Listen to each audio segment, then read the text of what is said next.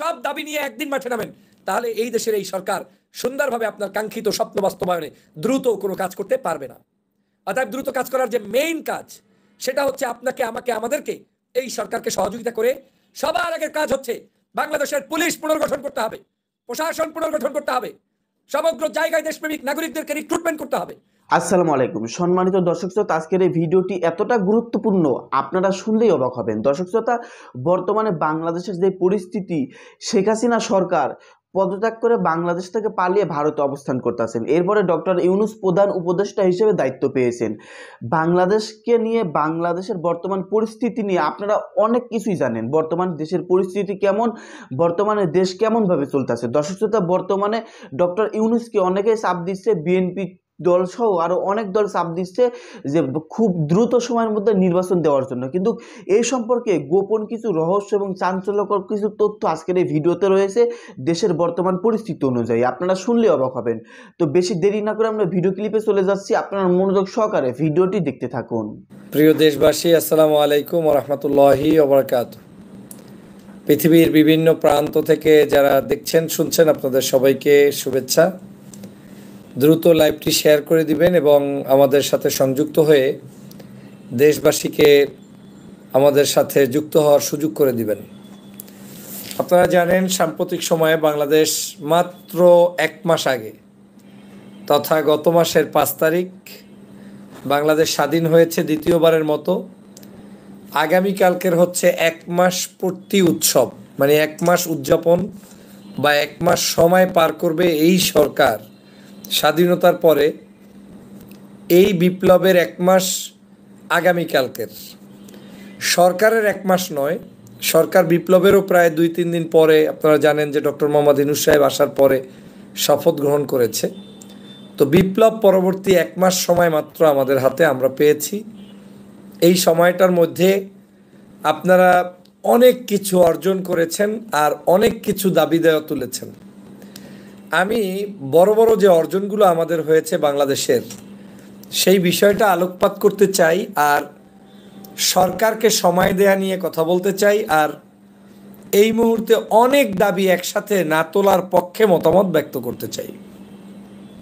প্রথমত হচ্ছে, আপনি 5 তারিখ বাংলাদেশের স্বাধীনতা অর্জন করেছেন, এটাই আপনার সবচেয়ে বড় প্রাপ্তি। শেখ হাসিনার হাত থেকে, ফ্যাসিবাদের হাত থেকে, অবৈধ শাসক গোষ্ঠীর হাত থেকে বাংলাদেশ মুক্ত হয়েছে। এই মুক্ত হওয়ার যে শুকরিয়া আদায় করা উচিত সব দলের, সব মতের। যারা গত 16 বছর পুলিশের লাঠির আঘাতে চলতেন, যারা গত 16 বছর আয়নাঘরে থাকতেন, 16 বছর পর্যন্ত জেল জুলুম অত্যাচারের শিকার হতেন, তারা আজ মুক্ত আকাশে ঘুরে বেড়াচ্ছেন বিকজ অফ আপনার এই স্বাধীনতা।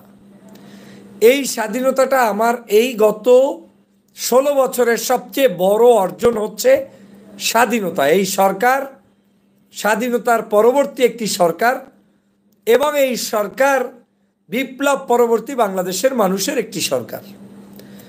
আমরা এই বাংলাদেশের নাগরিক কোনোদিন ভাবতেই পারি নাই যে এই ফ্যাসিবাদের পতন করা সম্ভব হবে। আওয়ামী লীগ পতন করবে, তারপরে সেই পতন থেকে বাংলাদেশের মানুষ স্বাধীনভাবে দেশ রক্ষায় স্বাধীনভাবে চলতে পারবে, এই চিন্তাই আমাদের কারোর মধ্যে ছিল না। কেউ কেউ স্বপ্ন দেখেছেন 2029-এর আগে সব সম্ভব না। কেউ কেউ বলেছেন শেখ হাসিনার মৃত্যু ছাড়া সম্ভব না, মানে ন্যাচারাল ডেথ হবে, তারপরে আওয়ামী লীগের বিদায় হবে। আর কেউ কেউ চিন্তা করেছেন 41-এর আগে আর হবে না। তাহলে এই সবার মধ্যে ছিল একটি নকলবাজি, আপনার কি বলে, চিন্তা। সবারই একটি ধারণা ছিল ফ্যাসিবাদের হাত থেকে দেশকে রক্ষা করা যাবে না। আমাদের সবচেয়ে বড় বিজয়টা হয়েছে ফ্যাসিবাদের হাত থেকে বাংলার মানুষকে রক্ষা করতে পেরেছি।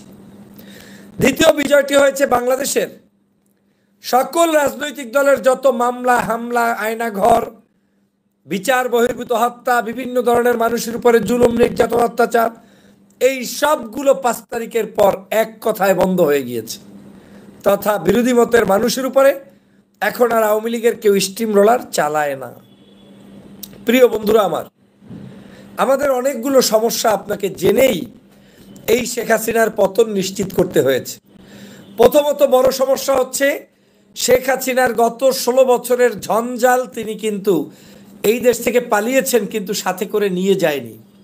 এবং নিয়ে যে যায়নি সেটা আপনি ভালো করে জানেন যে শেখ হাসিনা 45 মিনিট সময় পেয়ে তিনি তার লাগেজ গুছিয়ে নিজে বের হয়েছেন, কাউকে কিন্তু বেরও করে নাই, সুযোগও পায় নাই।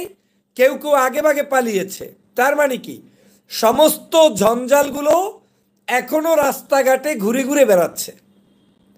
হয়তো বাসায় আছে, না হয় গোপনে আছে, না হয় পালিয়ে আছে, কিন্তু আছে। বাংলাদেশের বাহিরে কেউ নাই। কেউ কেউ পালিয়ে গিয়েছে, সেটা ভিন্ন কথা, খুবই কম সংখ্যক। কিন্তু বৃহত্তর সংখ্যক জঞ্জাল এখনো বাংলাদেশে বিচরণ করছে। তারা কিন্তু জেলের মধ্যেও নাই।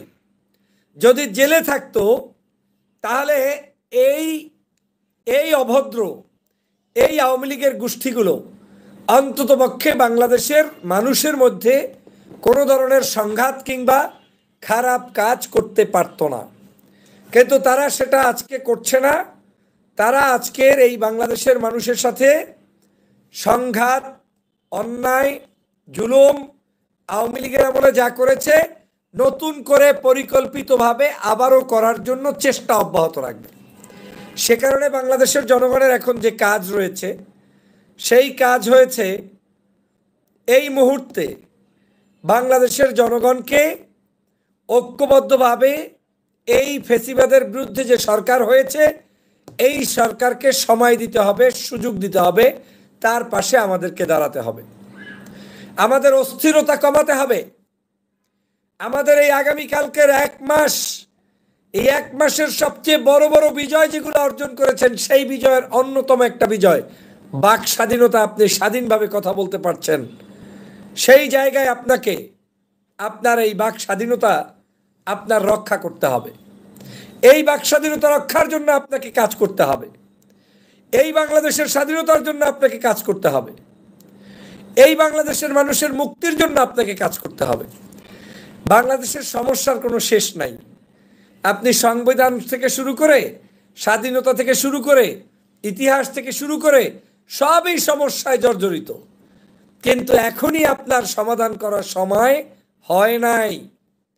বাংলাদেশের এই সকল সমস্যাকে যদি সমাধান করতে হয়, তাহলে আপনাকে, আমাকে, আমাদেরকে সময় নিতে হবে, সময়োচিত সিদ্ধান্ত নিতে হবে। এই মুহূর্তে যেই সমাধান করা দরকার, সেই সমাধান এই মুহূর্তে করতে হবে। তাহলে এই মুহূর্তের সমাধান কি? এই মুহূর্তের সমাধান হচ্ছে বাংলাদেশের ফ্যাসিবাদের যত প্রেতাত্মা আছে, সেই প্রেতাত্মাদেরকে বাংলাদেশ থেকে এই মুহূর্তে সবার আগে শাস্তি নিশ্চিত করে তাদেরকে বিচারের কাঠগড়ায় দাঁড় করানো। শহীদদের মর্যাদা দিতে হবে। যারা আজকের মৃত্যুবরণ করেছে, শহীদ হয়েছে, তাদের তালিকা প্রণয়ন করতে হবে। তাদেরকে মুক্তিযুদ্ধে খেতাব দিতে হবে। তাদেরকে বিভিন্ন খেতাবে ভূষিত করতে হবে। আমাদের এই দেশে এই মুহূর্তে আইন শৃঙ্খলার উন্নতি হচ্ছে, তবে এই উন্নতি আরও গতিশীল করে এমন পর্যায়ে নিয়ে আসতে হবে যাতে সত্যি এদেশের আইন শৃঙ্খলা যেটা মানুষ আকাঙ্ক্ষা করে সেটা যেন পায়। এখন আপনি আইন শৃঙ্খলা নিয়ন্ত্রণে না এনে, পুলিশ বাহিনী পুনর্গঠন না করে, অন্যান্য বাহিনী পুনর্গঠন না করে আপনি যদি সব দাবি নিয়ে একদিন মাঠে নামেন, তাহলে এই দেশের এই সরকার সুন্দরভাবে আপনার কাঙ্ক্ষিত স্বপ্ন বাস্তবায়নে দ্রুত কোনো কাজ করতে পারবে না।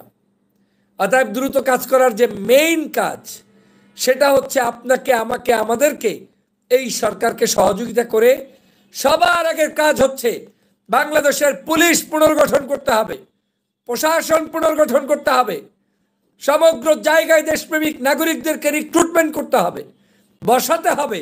ডক্টর মোহাম্মদ ইউনূস সাহেব এবং সেনাবাহিনীর প্রধান ওয়াকারুজ্জামানের নেতৃত্বে তাদেরকে সহযোগিতার হাত আপনাকে বাড়িয়ে দিতে হবে।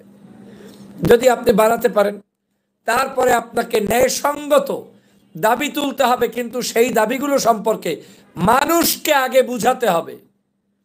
মানুষকে ইতিহাস জানাতে হবে যে আমি একটি দাবি পেশ করছি, এই দাবির মূল হচ্ছে এই।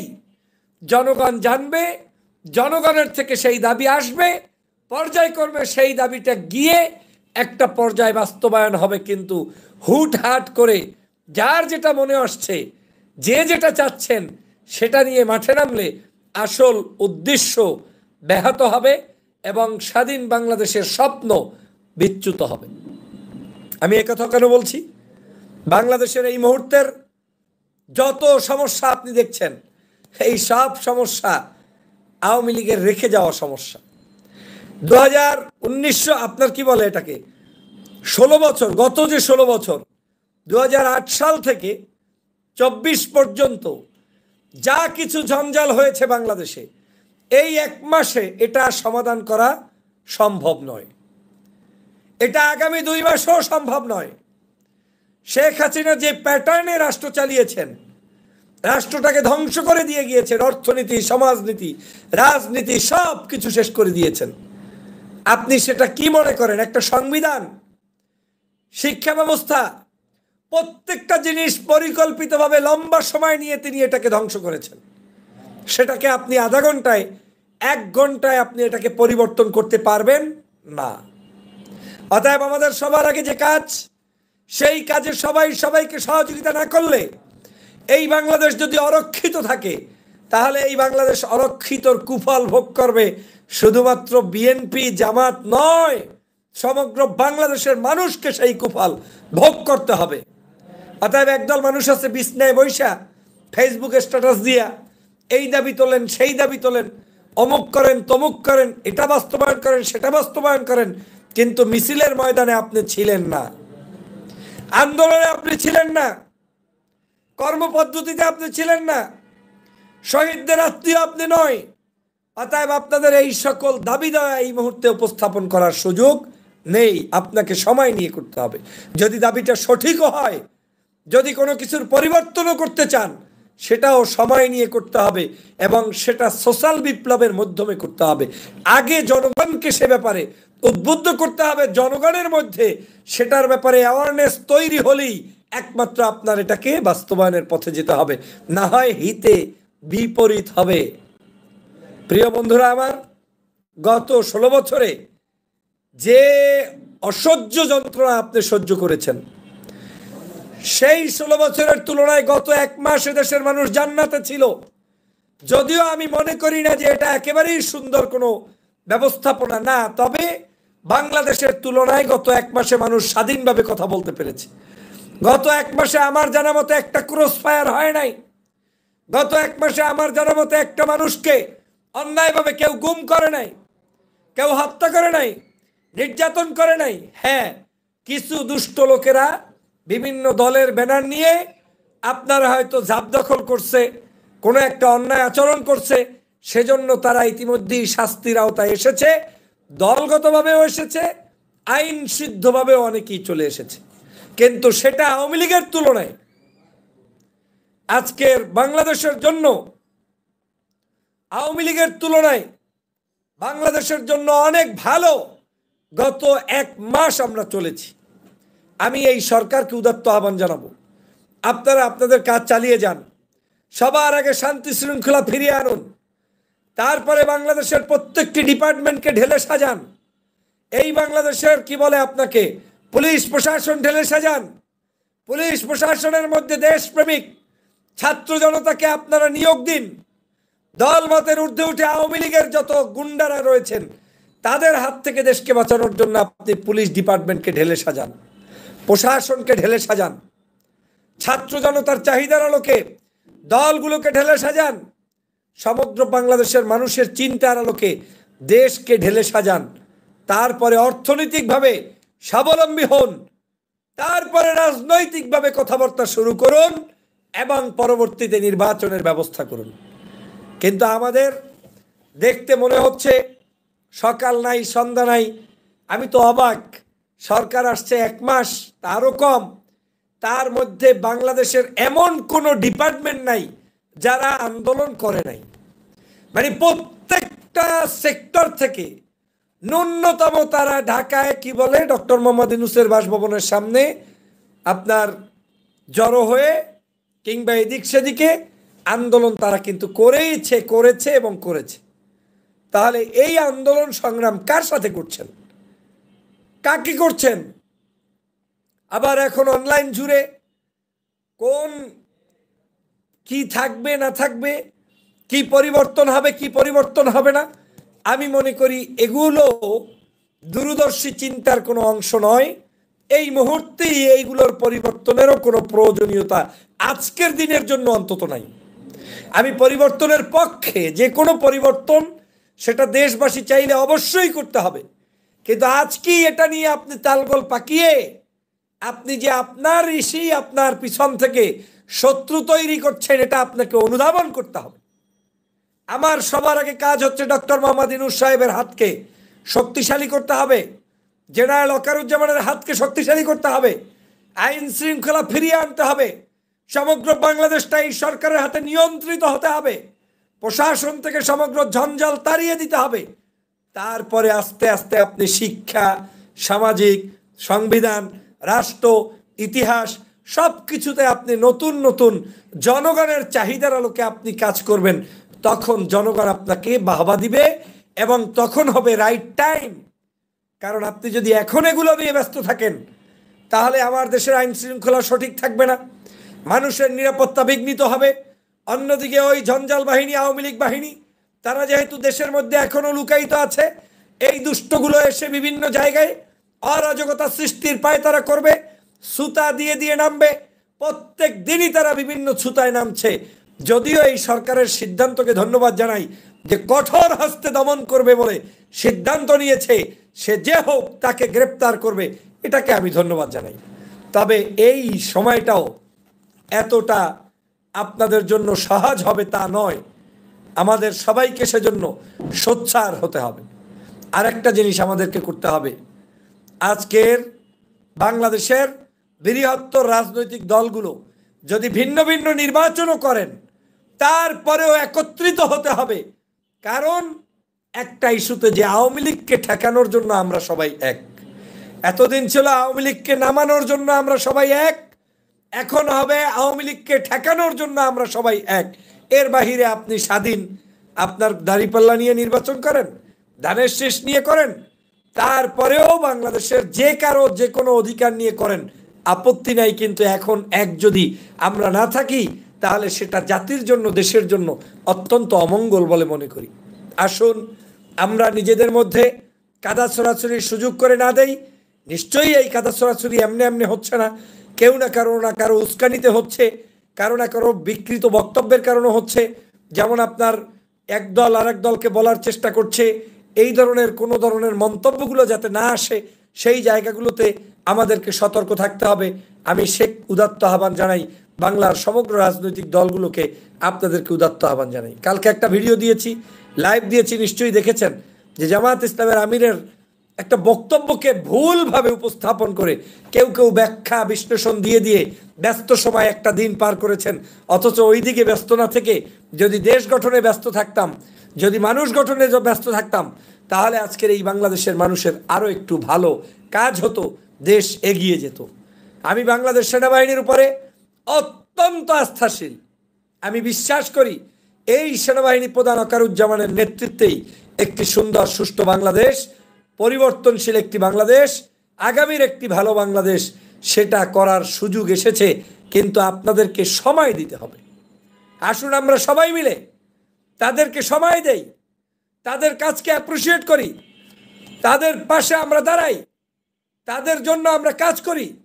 তাদেরকে নিয়ে যদি ঐক্যবদ্ধভাবে এগিয়ে যেতে পারি, তাহলে বাংলাদেশের গণতন্ত্র সুসংহত হবে। আর যদি তা না হয়, তাহলে এই বাংলাদেশ ধ্বংস হয়ে যাবে। প্রিয় সহযোদ্ধা ভাইরা, বিভিন্ন রাজনৈতিক দল সিদ্ধান্ত নিয়েছে কোনো অনুপ্রবেশ কাউকে করতে দিবে না। অতএব সেই জায়গায় আপনাদেরকে সতর্ক হতে হবে। আমি বাংলাদেশের বিভিন্ন গ্রামে গঞ্জে গিয়েছি, আমি দেখেছি পোস্টার আর পোস্টার, ব্যানার আর ব্যানার। রাজনৈতিক মাঠে কোনোদিন দেখি নাই এমন লোকেরও ব্যানারের অভাব নাই। এইসব তেলবাজ ধান্দাবাজদের সকল পোস্টার টোস্টার আমি প্রশাসনকে অনুরোধ করব এবং ওই দলগুলোর নেতাদেরকে অনুরোধ করব, আপনারা স্ট্রেট ফরওয়ার্ড স্টেটমেন্ট দিয়ে দেন যে কোনো দালাল চক্র যারা আওয়ামী লীগ থেকে আবার নতুন করে ঘাপটি মেরে আপনারা এই দলের মধ্যে প্রবেশ করবে, এদেরকে এখনই প্রতিহত করতে হবে। না হয় বাংলাদেশে আমাদের এই যে কাঙ্ক্ষিত সফলতা, সেটা অর্জন হবে না। ছাত্ররা যে চিন্তার আলোকে দেশকে স্বাধীন করেছে, সেই ছাত্রদের চিন্তার বাস্তবায়ন ঘটাতে হবে, না হয় এই দেশ সুন্দরভাবে চলতে পারবে না। আমি শুরু থেকেই বলেছি, সমগ্র বাংলাদেশে এই মুহূর্তে নতুন কমপক্ষে 2 থেকে 3 লক্ষ পুলিশ নিয়োগ দেওয়া দরকার। যেই পুলিশরা সমগ্র বাংলাদেশে নতুন সেটআপে দায়িত্ব পালন করবে, তাহলেই দেখবেন আপনার রাষ্ট্র কিভাবে চলে। মনে রাখবেন, বাংলাদেশ এমন একটা দেশ যেখানে আপনি যখন এসেছেন, আপনার চিন্তার আলোকে যদি পুলিশ সেটআপ, অফিস, আদালত সাজাতে না পারেন, তাহলে আপনি মুনাফিকির খপ্পরে পড়বেন। অতএব আপনাকে আপনার প্রশাসন সাজাতে হবে, দেশকে সাজাতে হবে, সমগ্র জায়গায় লোক সেটআপ করতে হবে এবং তাদের মাধ্যমেই সুন্দর একটি রাষ্ট্র ব্যবস্থাপনা করতে হবে, পরিচালনা করতে হবে। প্রিয় ভাইরা, আমি বাংলাদেশের এই বিজয় অর্জনের জন্য দেশবাসীকে ধন্যবাদ জানাই। গত 1 মাস আপনারা কষ্ট করে ধৈর্য ধরে জনগণের পাশে থেকেছেন। জনগণের দাবিগুলোকে আপনারা সবাই মিলে বাস্তবায়নের জন্য চেষ্টা করেছেন, সবাই মিলে দেশের জন্য কাজ করেছেন। বিশেষ করে ছাত্রছাত্রী ভাই বোনেরা, তারা যেভাবে ট্রাফিকিং করে আপনার কি বলে মানুষের নিরাপত্তা দিয়ে, তারপরে যারা মন্দিরে মসজিদে বিভিন্ন জায়গায় নিরাপত্তা বিধান করেছেন, আপনাদের সকলের প্রতি শুভকামনা, সকলের জন্য শুভেচ্ছা, সকলের সহযোগিতায় বাংলাদেশ আজকের একটি সুন্দর জায়গায় পৌঁছে যাচ্ছে। অতএব শেখ হাসিনা ভারতে বসে ষড়যন্ত্র অব্যাহত রাখবে, কিন্তু দেশকে রক্ষা করতে হলে আমাদেরকে ঐক্যবদ্ধ থাকতে হবে। সবাই ভালো থাকবেন, সুস্থ থাকবেন এবং এই মুহূর্তে অতিরিক্ত দাবি দেওয়া তুলে সরকারকে বিব্রত না করে আসুন আস্তে আস্তে পর্যায়ক্রমে আমাদের জিনিসগুলো বাস্তবায়ন করি। এটাই হচ্ছে পরিকল্পনা মাফিক কাজ। আপনাদেরকে যদি একটা উদাহরণ দেই, তুরস্কের এরদোগান যখন একসময় মেয়র ছিলেন মাত্র, সেই মেয়র থেকে আজকের সেই দেশের প্রেসিডেন্ট, কিন্তু দীর্ঘ প্রায় 20 বছরের অধিক তার হাতে ক্ষমতা, কিন্তু এই লোকটা একদিনে 1 ঘন্টায় সব পরিবর্তন করে নাই, আস্তে আস্তে আস্তে আস্তে করেছে। এবং এমনও কিছু ইস্যু আছে যেগুলোতে আদৌ এখনো হাত দেয় নাই। কারণ কি? তিনি জানেন যে এগুলো আমার কাজ না, আমার আরো অনেক বড় বড় কাজ আছে। অতএব ভীষণ মিশন থাকতে হবে। আমাদের সব কিছু খাবুরাইলে, মানে এটাকে কি বলে, এলোমেলো করে ফেললে হবে না। সব কিছু একটা সুন্দর ছকে এনে ধীরে ধীরে আস্তে আস্তে পজিশন আপনি যত বড় করবেন, যত আপনি শক্তিশালী অর্জন করবেন, ধীরে ধীরে আপনি কাজগুলো করবেন। তা না হলে এই বাংলাদেশের মতো একটি দেশে, যেখানে মানুষের খাদ্য সংকট, জীবনযাত্রার মান অত্যন্ত নিচু, সেই জায়গায় আপনি কোনোদিনই লম্বা সময় এভাবে টিকে থাকা যায় না। টিকে থাকতে হলে আসুন সবার আগে রাষ্ট্রটাকে সুন্দরভাবে সাজাই, ধীরে ধীরে আমরা সকল বিষয়গুলোতে হাত দেই, আস্তে আস্তে 16 বছরের ঝঞ্ঝাল দূর করি। না হয় কিন্তু আমাদের সামনের দিনগুলো আরও কঠিন সময় অপেক্ষা করছে। অতএব আসুন, ঐক্যবদ্ধের বিকল্প নাই। আওয়ামী লীগের এই পরাশক্তিকে, অবশ্যই এই পরাজিত শক্তিকে কোনো অবস্থায় বাংলাদেশের মানুষের কাছে নতুন করে দাঁড়াতে দেওয়ার সুযোগ নেই। যতক্ষণ পর্যন্ত তাদের সকল প্রকার অন্যায় অবিচারগুলো ভেঙে চুরে চুরমার করে না দেওয়া হবে, ততক্ষণ পর্যন্ত তাদের সাথে আমাদের কোনো আপোষ নেই, কিংবা তাদেরকে প্রশ্রয় দেওয়ার সুযোগ নেই। আসুন সবাই মিলে ফ্যাসিবাদের, আওয়ামী লীগের রেখে যাওয়া সকল দোসরদের রুখে দেই এবং স্বাধীন বাংলাদেশকে নতুন উদ্যমে এগিয়ে নিয়ে যাই। সবাইকে ধন্যবাদ। আল্লাহ হাফেজ। আসসালামু আলাইকুম ওয়া রাহমাতুল্লাহি ওয়া বারাকাতুহু। সম্মানিত দর্শক শ্রোতা, আপনারা বিস্তারিত ভিডিওতে দেখতে পারলেন বর্তমান দেশের পরিস্থিতি অনুযায়ী চাঞ্চল্যকর তথ্য। বিএনপি নেতা ডক্টর ফয়জুল হক এই সম্পর্কে বিস্তারিত আলোচনা করেছেন। ডক্টর ইউনূসকে সময় দিতে হবে, তিনি ক্ষমতায় বসেছেন 1 মাস। এর আগে যদি নির্বাচনের জন্য চাপ দেয়, তাহলে দেশটাকে সংস্কার করা সম্ভব হবে না, আবার আগের মতোই হয়ে যাবে। এই জন্য ডক্টর ইউনূসকে সময় দেওয়া দরকার, এমনই আজকের এই ভিডিওতে বিস্তারিত আলোচনা শুনতে পারলেন। যাই হোক দর্শক শ্রোতা, আপনাদের মতামত জানিয়ে দিন। বাংলাদেশে কি দ্রুত সময়ের মধ্যে নির্বাচন দেওয়া দরকার, নাকি ডক্টর ইউনূসকে সময় দেওয়া দরকার? আপনাদের ব্যক্তিগত মতামত ভিডিওর কমেন্ট বক্সে অবশ্যই জানিয়ে দিবেন। ধন্যবাদ আজকের এই ভিডিওর সঙ্গে থাকার জন্য।